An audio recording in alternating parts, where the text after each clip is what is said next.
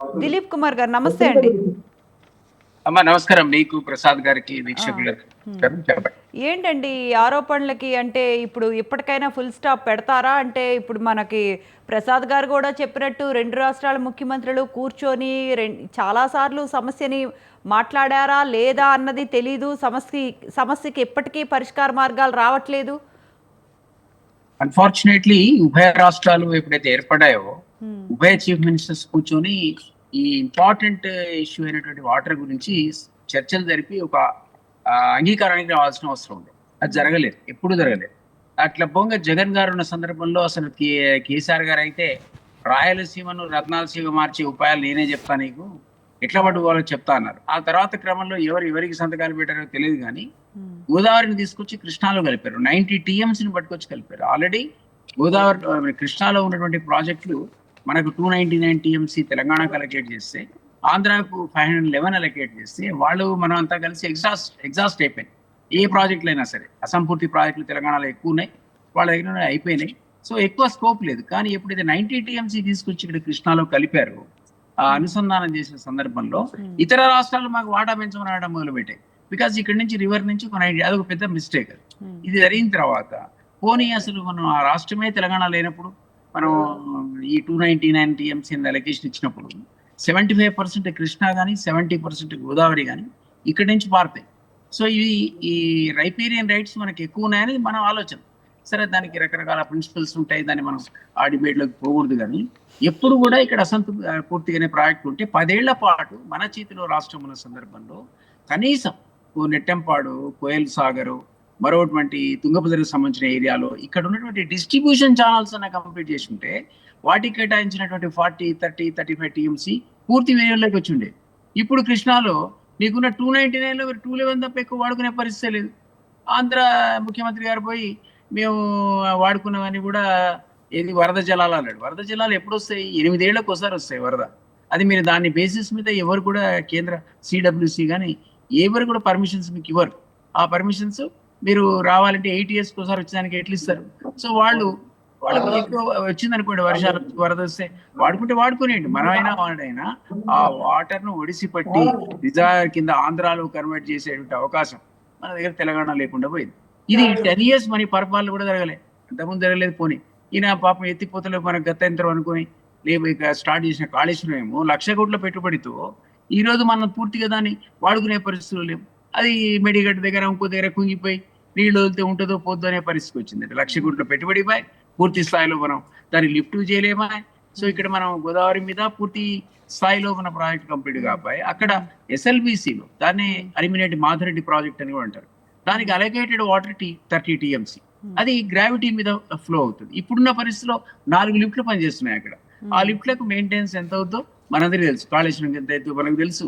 అంతకుముందే పెట్టిన AMR lift project కూడా ఎంత కాస్ట్ అవుతుందో మనకు తెలుసు. సిటీకి వచ్చే డ్రింకింగ్ వాటర్ కూడా మోస్ట్లీ కృష్ణా నుంచి వచ్చేంత కూడా ఏఎంఆర్ ప్రాజెక్ట్ నుంచి వస్తాయి. దాన్నే లెఫ్ట్ కెనాల్ కూడా అంటారు. దానికి సొరంగ మార్గం కనుక కంప్లీట్ చేసి ఉంటే ఈ 10 ఏళ్ల లోపల కనీసం 1,00,000 ఎకరాలు పారిండే మన తెలంగాణ లోపల. అది మధ్యలో ఓ 10 కిలోమీటర్స్ మిగిలిపోయింది. 20 కిలోమీటర్లు తవ్వారు, దాన్ని పట్టించుకున్న నాదుడే లేడు.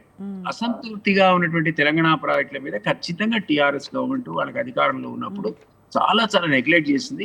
ఆంధ్ర వాళ్ళతో కాంప్రమైజ్ అయింది. వాళ్ళు నీటి వాడుకల్లో మన తప్పు లేదండి. నేనేమనంటే మనం ఇక్కడ మన అంటే ప్రాంతాలను దిలీప్ కుమార్ గారు 2014లో తెలంగాణ విభజన సమయంలో కాంగ్రెస్ ఏం చేసిందండి మరి? 2014 నుంచి వాళ్ళే ఉన్నారు కదా మా ఆ! అధికారంలో.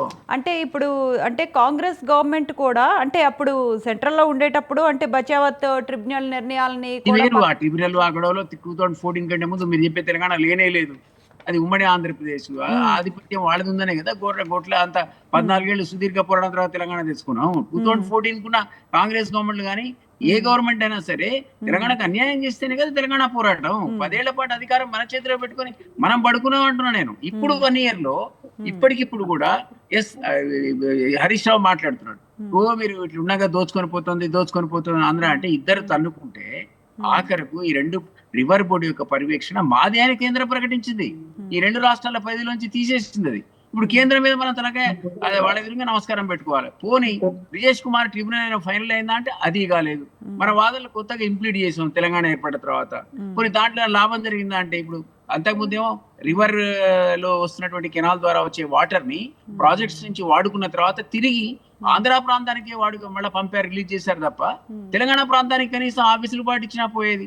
నిన్న వైద్యనాథన్ అడపై బ్రిజేష్ కుమార్ ట్రిబ్యునల్ దగ్గర వాదించాడు, ఈ తెలంగాణ ప్రాజెక్ట్ లో వాడుకున్న నీళ్ళని అటు బదులు బాబాయ్ వాడుకోవడానికి ఇవ్వండి అంటే, పోనీ ఆ డిస్ట్రిబ్యూటరీ ఛానల్స్ ఇంతకుముందు చెప్పిన కోయిల్ సార్ కానీ, నెట్టంపాడు కానీ, భీమా కానీ, వీటికి డిస్ట్రిబ్యూషనరీ ఛానల్సే కంప్లీట్ చేయరా? అది చేసి ఉంటే కాస్త కూస్త మనం వాడుకున్న నీళ్లు మళ్ళీ వెనక మళ్ళించుకోవడానికి మరో మార్గం లేదా 299 పూర్తి యూటిలైజేషన్ ఉండేది. ఇప్పుడు ఆ 299 కాదు కదా, ఎక్కువ అడుగుతున్నాం కదా తెలంగాణ రాష్ట్రం ఏంటప్పుడు తర్వాత. సో ఒకటి ఇప్పుడు ఇందాక మొన్న అది చెప్పే దోపిడీ అంటే 1010 CMలు ఈ రోజు టీఎంసీ నీళ్లు వదిలారు. వదిలిన తర్వాత 600 చిల్లర ఏదో ఆంధ్రాన్ని వాడుకోమని, మనను చిల్లర వాడుకోమంటే 600 300 వాడుకోమంటే ఇప్పటికి కూడా మనం 2011 కంటే ఎక్కువ వాడుకోలేకపోయాం. ప్రసాద్ గారు అన్నట్టు 10 టీఎంసీ 20 టీఎంసీ వాళ్ళకి వదిలిపెట్టి మనం వాడుకుందామంటే ఆల్రెడీ డెడ్ స్టోరేజ్కి వచ్చారు. రేపు డ్రింకింగ్ వాటర్ ప్రాబ్లం ఇప్పటికే ఈ నెల మండిపోతుంది. సో దీంట్లో కాంగ్రెస్ మీద బాధ్యత ఉన్నా కూడా ఇప్పటికి కూడా అధికారంలో కేంద్రంలో బీజేపీ ఉంది, వాళ్ళ అలయన్స్ లో టీడీపీ ఉంది కాబట్టి వాళ్ళు 634 టీఎంసీ నినాక మొన్న 1 year నుంచి వాళ్ళు తీసుకోగలిగే పరిస్థితి ఏర్పడింది. మరి పర్యవేక్షణ చేసేది కేంద్రమే అయినప్పుడు వాళ్ళ అపెక్స్ బాడీ కింద వాళ్ళకి అధికారాలు వాళ్ళు దాన్ని తీసేసుకున్నప్పుడు ఈ విధంగా తెలంగాణకు అన్యాయం చేయాల్సిన అవసరం కూడా లేకుండే కదా. ఇప్పుడు ఉన్నటువంటి కేంద్రంలో ఈయనకు మంచి క్రియాశీలక భూమికి ఉంది కాబట్టి చంద్రబాబు గారు తనకున్న ఇన్ఫ్లుయెన్స్ వాడుకుంటున్నాడు. ఇప్పటికి కూడా జలదోపిడీ కొనసాగుతుంది. ఇది ఎట్లా? అసలు కొట్లాడిందే ఇంతమంది ప్రసాద్ గారు అన్నట్టు నిధులు నీళ్లు నియామకాలంటే 10 ఏళ్ల పాటు మనం పడుకొని ఆ రాయలసీమ కూడా నీళ్ళు ఎట్లు తీసుకోవాలో నేను చెప్తా అని ఆయన అన్నట్టు విందులు వినోదాలు చేసుకుంటూ కూర్చున్నారు తప్ప దీనికి లాజికల్ కంక్లూజన్ గా నీళ్ల గురించి ఎప్పుడు తీసుకురాకపోయారు. ఇప్పుడు మళ్ళా అదే పెద్ద ఇష్యూ 2 రాష్ట్రాల మధ్య కూర్చుంది. మనం పరిష్కరించుకుందాం అంటే కేంద్రం అపెక్స్ బాడీ కింద పవర్స్ అని తీసుకుంది. 2 రివర్ బోర్డ్స్ మేనేజ్మెంట్ అల్టిమేట్ గా వాళ్ళదే అయింది తన్నుకున్న తర్వాత. అంటే ఇప్పటికైనా కేంద్రం నిజంగా తెలంగాణకు న్యాయం చేయాలి. వీళ్ళకు ఉన్నటువంటి అన్ఫినిష్డ్ ప్రాజెక్ట్స్ కైనా ఫైనాన్సెస్ ఇవ్వాలి, లేదా డిస్ట్రిబ్యూటరీ ఛానల్స్ కి ఫైనాన్స్ ఇవ్వాలి. ఇప్పుడు అధిక ఇబ్బందులు ఉంది ఇక్కడ గవర్నమెంట్. 1,32,000 కోట్లు కావాలని ముందు బడ్జెట్ కంటే ముందు పోయి సీఎం మంత్రులంతా పోయి మొరబెట్టుకొని వస్తే ₹1 విదల్చకపోయారు బడ్జెట్ లో. ఇంకా వివక్ష కొనసాగుతే ఎట్లా? అలయన్స్ లో ఉన్నారు కాబట్టి ఆంధ్రకు ఇస్తే తప్పు లేదు కాస్త కూర్చో. అదే పద్ధతిలో తెలంగాణ కూడా నిధులు రావాల్సిన పరిస్థితి ఉంది కదా, అది జరగలేదనేది బాధ.